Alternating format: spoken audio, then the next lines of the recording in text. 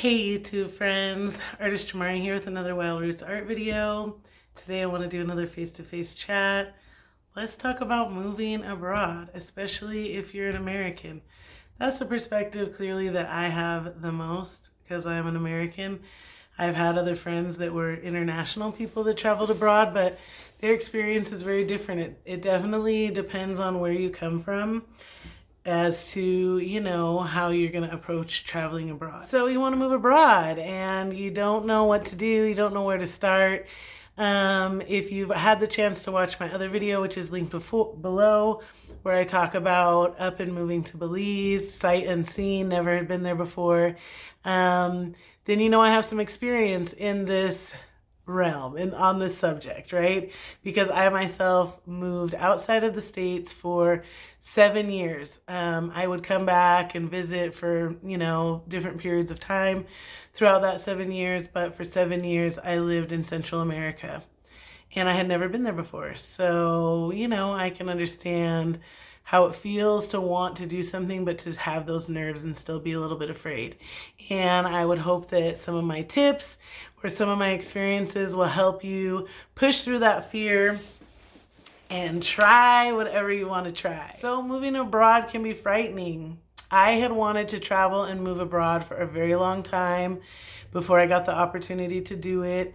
That was a whole nother manifestation process that I did that was really exciting in the way that things cultivated themselves. I went to Belize. I moved to Belize to, accomplish a dream that I had and finish this manifestation.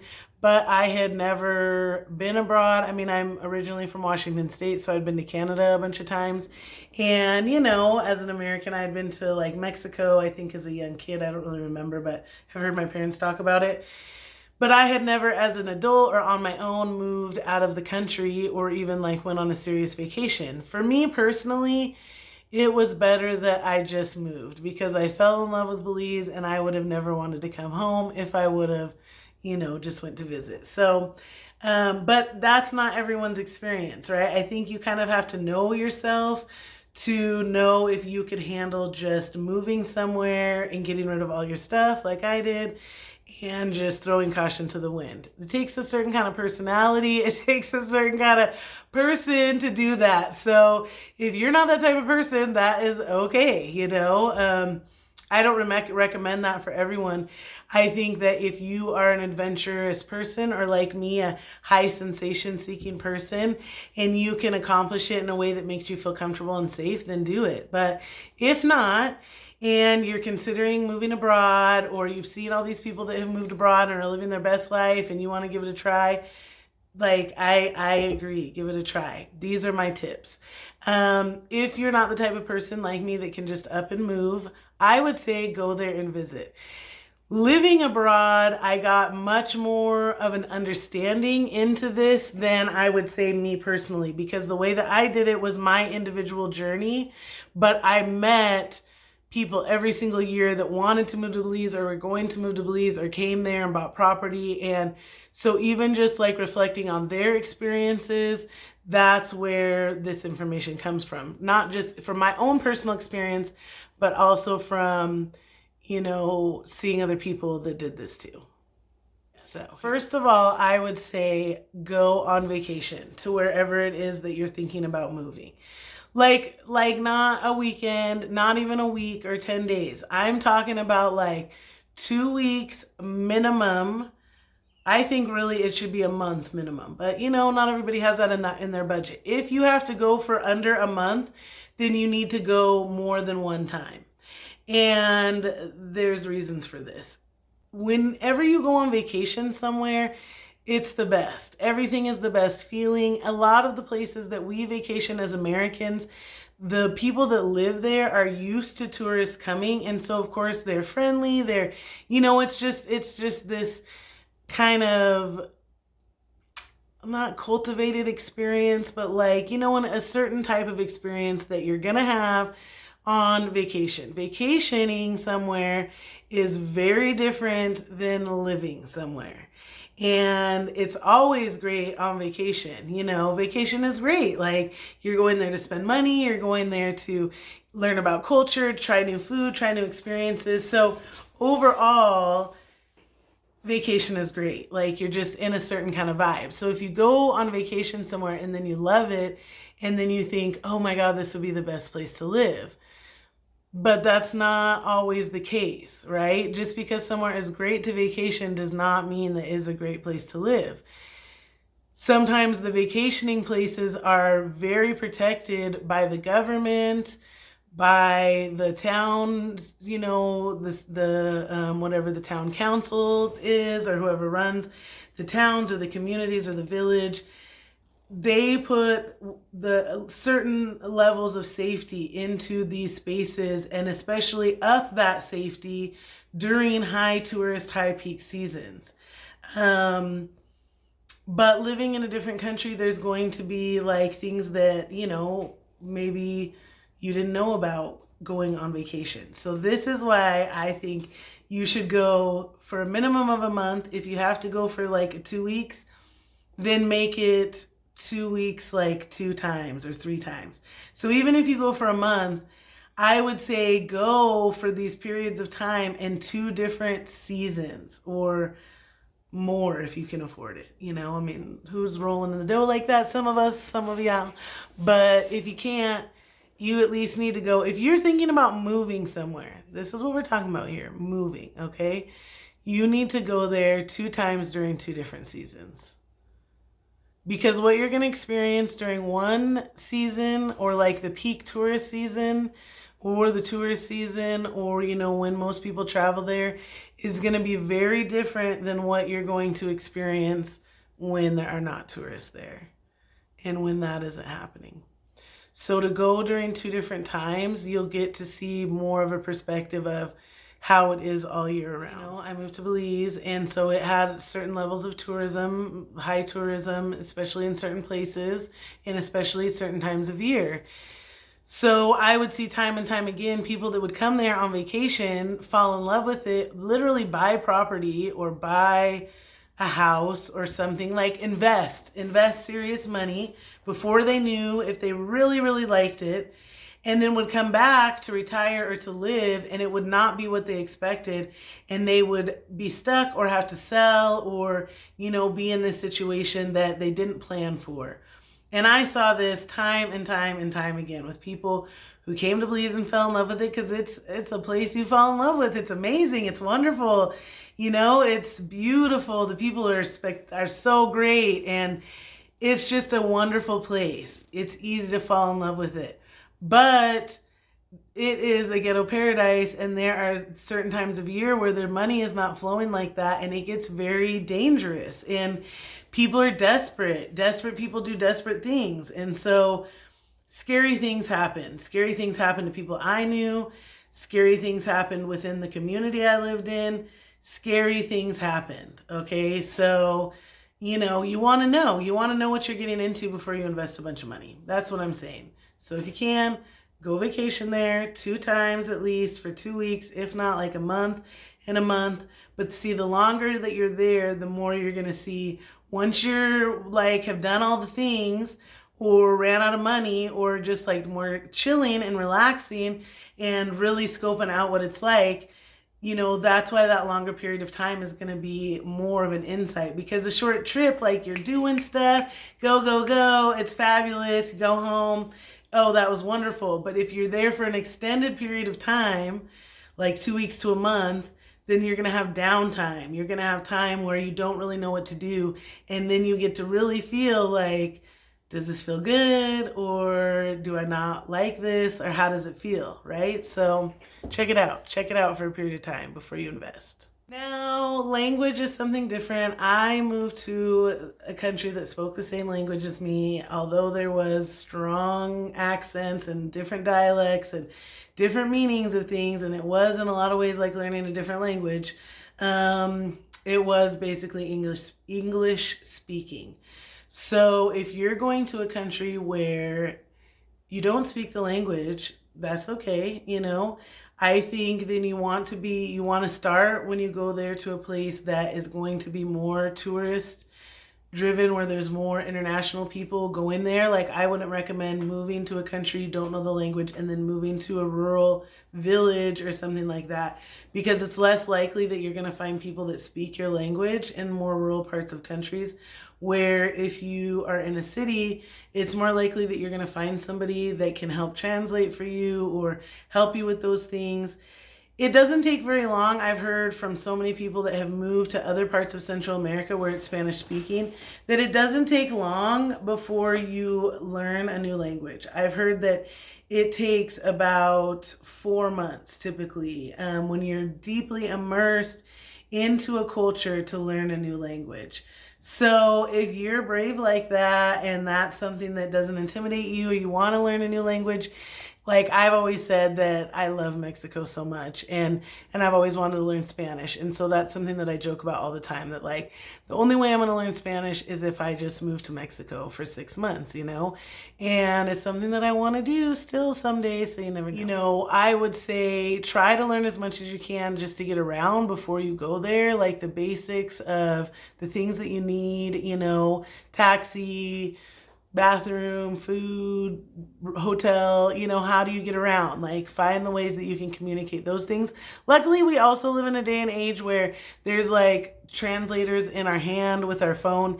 Even if, you know, you don't have phone service, you could still have Wi-Fi service and use the different translator apps. So there's a lot of ways that make it a lot easier now than it ever was before. So that's what I'm saying. Like, don't be intimidated if there's somewhere you want to go that doesn't speak your language, because there's ways around that. But give yourself time to, you know, adapt, learn the language, understand that it does take time, and try to stay in an area where there's more people, easier to like communicate before you move to a really rural area is what my suggestion is. You're down with the language, you've decided to move there, and it's all good, right? Now what? Now what do? Well, you want to start to meet your community, right? You want to start to get yourself into the community. Community is very important in most countries outside of America. In America, there's community and it's in a different way, but community is something that is very important in most parts of the world. And, you know, typically when you're going somewhere and you're the new person, everybody else kind of knows each other. That can be a little bit overwhelming to be the new person and, you know, get to know all these people, but just take your time and start to do things within your community. You don't want to separate yourself from the community that you're moving into. What I would see a lot in Belize within the expatriate communities, expatriates are the colonizers' term for immigrants, okay?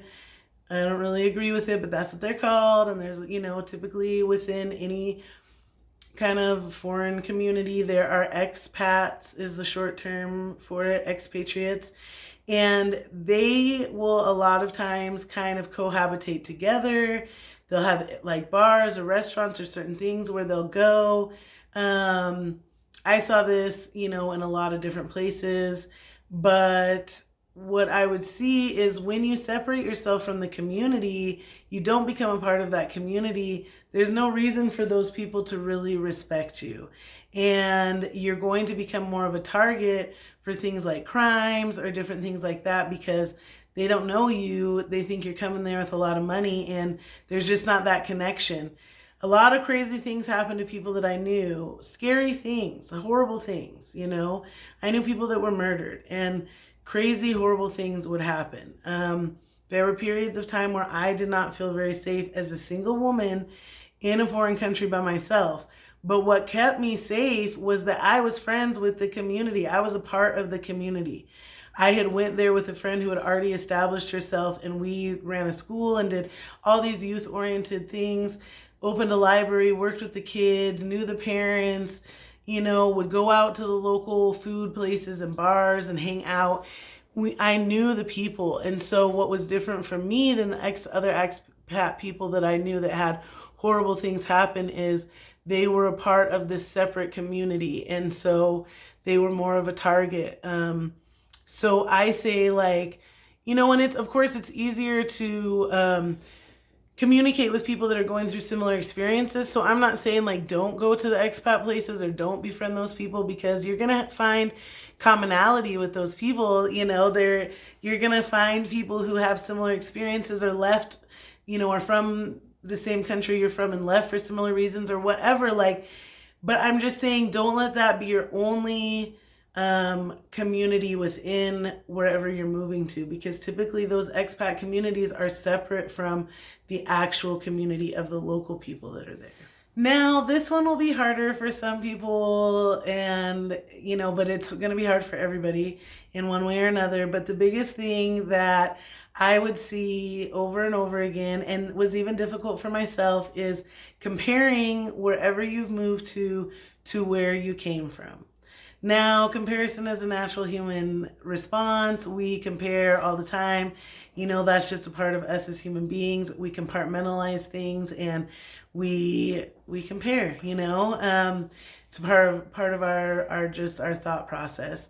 So it's going to be natural that you compare all of your experiences, especially in the beginning, in your new environment, to wherever you came from, good and bad. And that's fine and natural. That's a totally natural thing. What I'm talking about is saying it out loud to everyone around you. Now, this is why I said this will be harder for some than others. Sometimes this was hard for me. Certain experiences, it was harder, things that I connected with more or reminded me of home more. Of course, I would want to compare. And that's not as big of a deal. But what I would see with other people who were coming to live within our community in Belize was they would want Belize, our village, to be so much more like where they came from and not accept it for what it was. Basically, they would want to come and change our village, our environment, into something that was more comfortable for them. And they would complain or make little rude comments or say things kind of snide little remarks and just do these different things that, just irritated people and doesn't make it feel like you want to be a part of the community. It makes it feel like you want to move here and change the community that you're moving to. So that is something that it's natural to compare. You're gonna compare it to wherever you came from, no matter what. But if you can stop yourself from wanting it to be like where you moved from, you'll save yourself a lot of side eyes. Because you moved there because you loved that place, or you're inspired by that community, or you wanted to experience something different. That is why you moved there, right? You didn't move there. You moved away from your home because you wanted to have a different experience. So you need to find a way that you can process living in a new environment without making all the differences negative for yourself or wanting to change where you're at or what you're around. It comes down to our individualized creature comforts as well, because some of us really need certain things to feel comfortable. And if that is the case, if there are things that you just can't let go, or you can't get by, or you can't, then you have to kind of think about whether you should stay there, if that's a place that you should be. Because the place is not going to change for you, it shouldn't change for you. It shouldn't have to change for you. If you're moving to a new place, you have to accept where you're going. It doesn't mean that eventually, once you're a part of the community, or if you've established yourself as a consistent member of that community, that you can't make suggestions to make it better or whatnot, or help build things to make it better, or help the infrastructure. But I think a lot of times in certain communities, people like to step in and take over or change it. Certain types of people want to do that, and it's just not right. You shouldn't do that, If you go somewhere, go there because you love it, not because you want to change it or you can see the potential in it to make money. So that leads right into the next thing, making money. This differs country to country, right?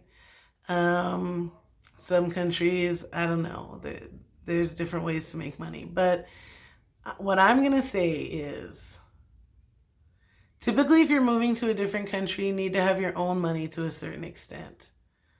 You can't go to that country and rely on it to sustain you as a new member of the community, right? Like, unless you're going for a specific job or you've been offered a position or something like that. But just as a normal, everyday person that's going to go to this new country and try to live, you need to have an amount of money that you can live on without making money there, or have a way, maybe you do online stuff, have a way that you're making money outside of like moving there. Because when you first move to a community, you need to observe the financial stability of that community.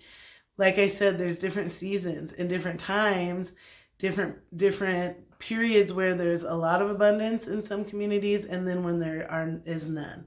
And especially if you're moving to any kind of a developing country, or a developing country that relies mostly on tourism as its ways for survival, which means like people work at hotels, people do tours. There's so many aspects of the financial stability coming from tourism. There's going to be a period of time where that is a lot of money, and then there's going to be a period of time where that is very little money. And so because of that, it's not the same in the way that people do one thing. Typically in developing countries or places like that have these different seasons, people do multiple things to make it by, or their business changes during the different seasons to cater to different people or to start catering to locals or whatever it is. But I would see people come on vacation, see that there was maybe money coming in because they came during the tourist season. And so of course you can see during a high peak season where there's little gaps and where there's like, okay, like people would like this, or, have ideas. I'm not saying don't have ideas, but I'm saying like, you don't want to go to a country, especially a developing country, where people, make way less than we make in America specifically, and then steal or take away their way of making money. I would see people come and do this. And typically in my village where I lived, they would get chased out, because they're not stealing, but they're taking money and food from people who live there, who don't have an option to go somewhere else, who don't have the choice to go live in a different place where they could make more money. I know to even become a citizen of Belize, you have to be bringing something there that will benefit the country. And that is just like the whole perspective of this. You need to have your own money to support yourself and maybe even invest a little bit into the community. That's why you need to go on vacation a few times before you do this and really look at like everything. If you want to become a part of this, if you want to live there, if you just want to go have a short little experience, you want to do a little 6-month stint, or you want to go for a few months, I'm not talking about this. This is like living somewhere and becoming a part of the community. You need to have the financial resources to be able to support yourself for an extended period of time while you figure out like how it works and maybe what niche you could fill or niche or whatever. So, that a lot of times is going to be the best place where if you want to bring development or help the community, you could fill a niche that is not being filled, or you could offer services that no one else in that community can offer. So this is not like going and getting a free ride or having people, just like give you things. This is being like authentic with yourself. This is utilizing your skills. This is thinking about, what do I have to offer my community? These are things that as Americans, we typically have never thought about, okay? That's why it's something that I want to share with you, because I don't even think that most of us grew up in a community where we were thinking about, what can I do to help my community? In the Native American communities that I grew up in and that I've lived in and been a part of, that they are like that. People do things to help the community. I know in certain Black African American communities I've been in, it can be like that. Mostly in families. I wouldn't really say the communities have been so attacked, but this is the ideal. And if you're moving to a big city where there's like a million things to be offered, then, you know, you just need to observe kind of, and like I said, still have those financial resources so that you can sustain yourself while you observe and see maybe where your skills would be able to help or where you would be able to get financial stability in that way. But you don't want to go to a country and take a job or take money from someone that is from there. Like, that's just whack. That's just wrong. So how about relationships and stuff like that, right? Of course, it's always so fun to, I mean, if you're traveling with your partner, this is not for you. Skip this part or whatever. But if you're traveling single, you know, and looking for love, it's so exciting. I married someone from Belize. You know, I found my love abroad, not right away, like 2.5 years after I was there. But, you know, I think that there are some things that if you've never lived abroad, that you should just kind of know about that type of stuff. Basically, again, you know, as a new person, you're going to be the new person in the community. And so in some ways you're going to be like a target. You know, that can be a triggering word. So I'm not trying to trigger anybody with that word. And I don't mean it really as harshly as it sounds.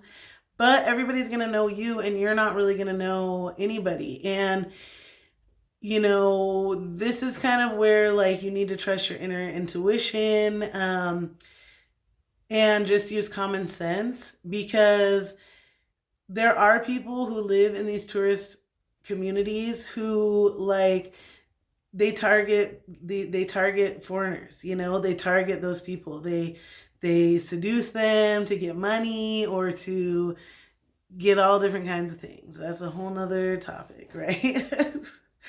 But if you've never really traveled abroad or you've never, like, lived somewhere, you know, you might not know this. And it can feel a little bit overwhelming at first. I know, you know, especially if you're like an attractive person, you have a great personality, you're outgoing. I mean, if you're talking about living abroad, you must be pretty outgoing to a certain extent. And so that's very attractive, you know, like physical attraction. There's all different ways that you can be very attractive.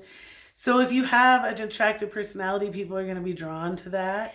In my experience, typically the people who come up first or approach you first or trying to seduce you first or smooth talk you first or whatever, they're the ones who do it to everybody.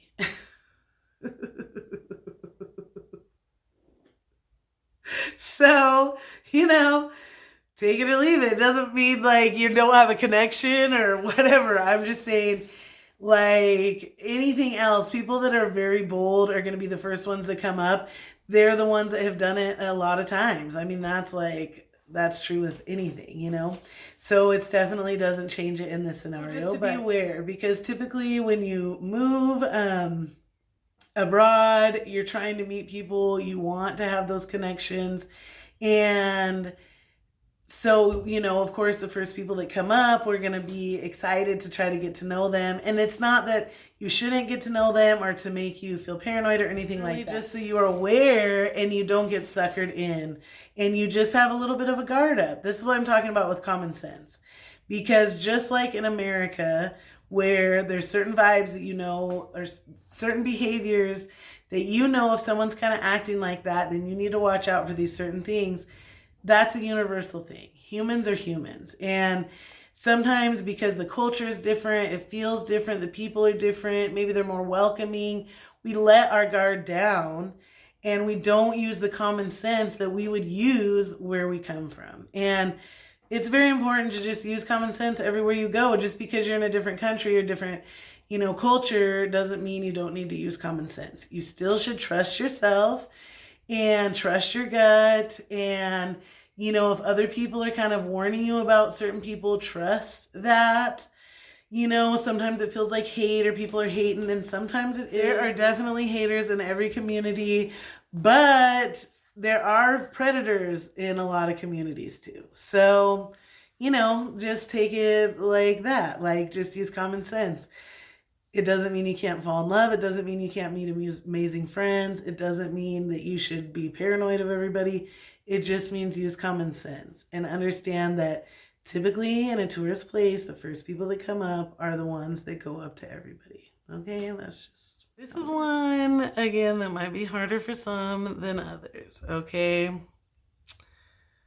And I don't want to say this in a way that offends anyone because I'm not meaning it to be offensive because I used to be one of these people.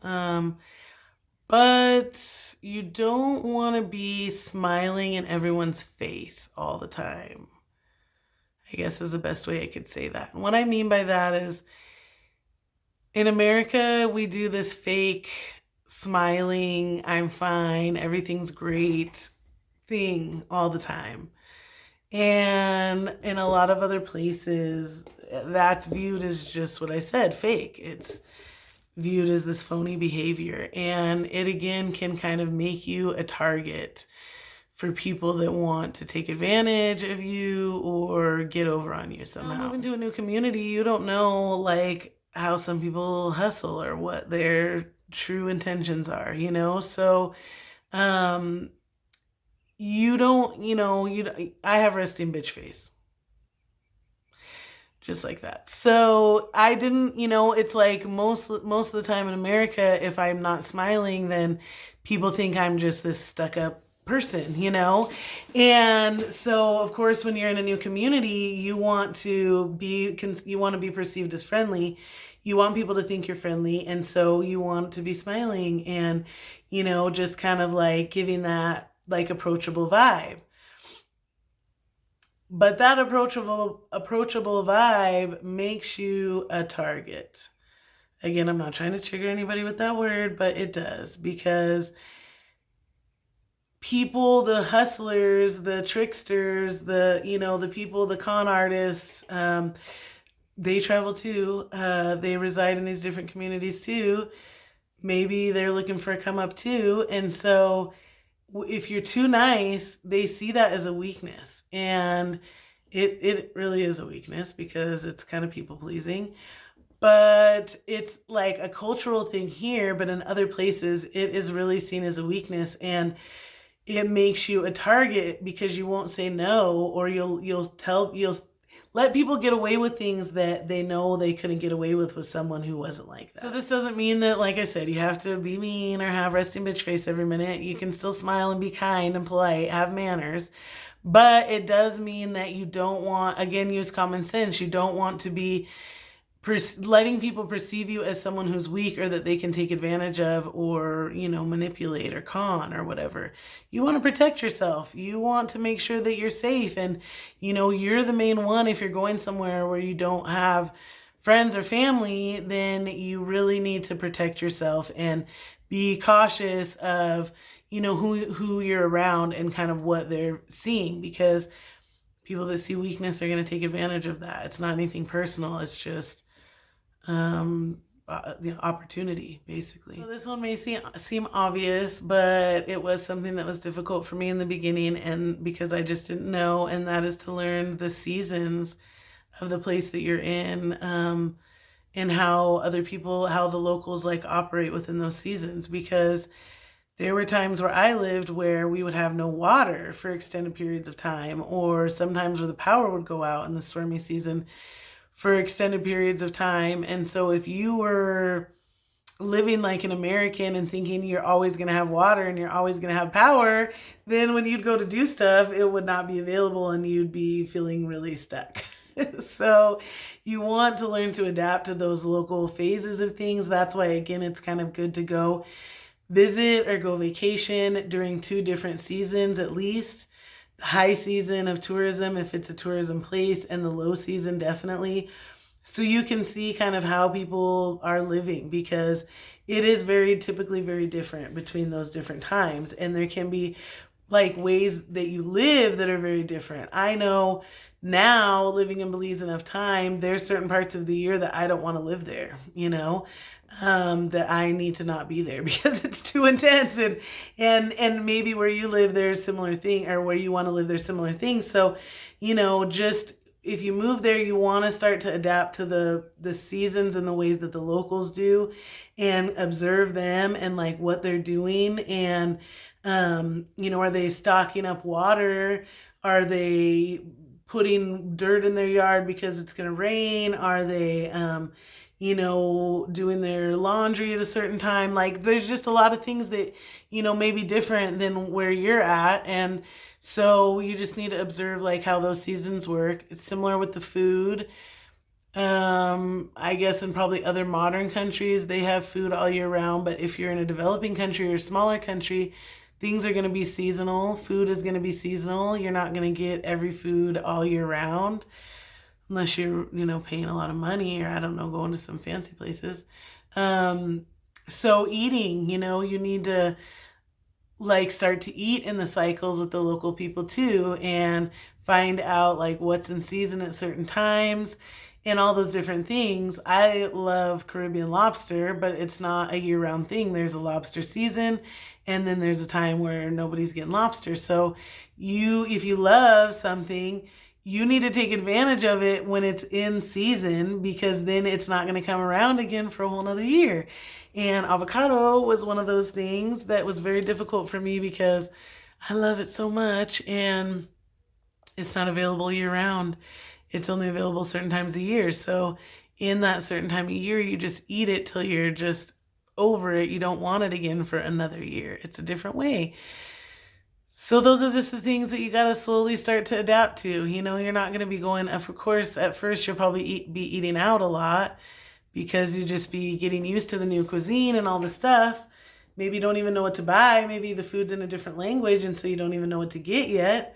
But the only way that you're going to be able to learn those things is to observe the locals and what they're doing and what they're getting, and ask questions. Don't be afraid to ask questions. Don't be afraid to ask people what they use stuff for. The way that I adapted and was able to stay living in Belize was because I asked people why they were doing those things, or why, so many things, because it was very different from where I came from. And if I tried to do it my way, it just didn't work. So we're at the end. Those are my tips and tricks off the top of my head that I would suggest if you want to move abroad, that you do, or you practice, or you look into after living abroad for 7 years and seeing a bunch of other people that moved abroad. Those are the things right now that are standing out that are very important. If you have questions, please feel free to drop them below. Or if I think of more things, maybe I'll do, an additional video to this, because there is a lot of things that can make your experience smoother. When I went, I didn't know anybody who had done what I did. I didn't have anyone that could give me advice. I had a friend who lived in Belize who was like, who'd offered for me to come stay. So in that way, I knew I had somebody there. If I didn't have somebody there, I would have definitely done way more research and probably not moved as quickly, like in, 1 or 2 months. But there are ways that, like, if I would have known these things, it just would have been easier just to know, So when I was going through it, it wouldn't have been like such a big deal. Oh, I forgot the last one. I would say this was one that was very big and very big on me falling in love with Belize and staying for so long. I set a time period for myself. So I told myself that no matter what I experienced or what I went through, I would stay for 1 whole year to see what 1 whole year was like in those different seasons and phases like we were talking about. And I really made that goal for myself and was determined to stick to it. I don't think that if I would have done that I maybe would have made it through some of the more difficult challenges, because there were challenges that I just did not know how to overcome on my own. And so if I was quick to give in or give up, then I probably would have. So I would definitely suggest that you set a time period that no matter what, no matter how hard it gets, you're going to try it for a certain amount of time. It doesn't have to be a year like me. Maybe it's 6 months, 6 months to a year to start. No matter what I'm going to do, I'm going to give it a try for this amount of time. And then after that amount of time, if I hate it, then I will decide to do something different. Doing that for me, it really made me fall in love with the country, because I overcame all the challenges. And in that year, I had some of the most amazing experiences of my life that changed who I was. The challenges changed who I was. It just made me overcome things in a way that that made me grow as a human being, because I set this goal for myself and I was determined to keep it. So that, I guess, is my last tip, is that I would suggest that if you want to live abroad, you set a goal for yourself. So this can go along with like your financial stability. I have enough money for this amount of time. And if it's not working out within that amount of time, then I can reevaluate and decide what I want to do next. But no matter what, I'm going to stick it out for this amount of time with this amount of financial resources that I have. That's a really smart way to go about it. So set an amount of time for yourself. It will really help you stick it out through the challenges and the hard stuff. That's it. Thank you. I hope this helped you if you're thinking about moving abroad.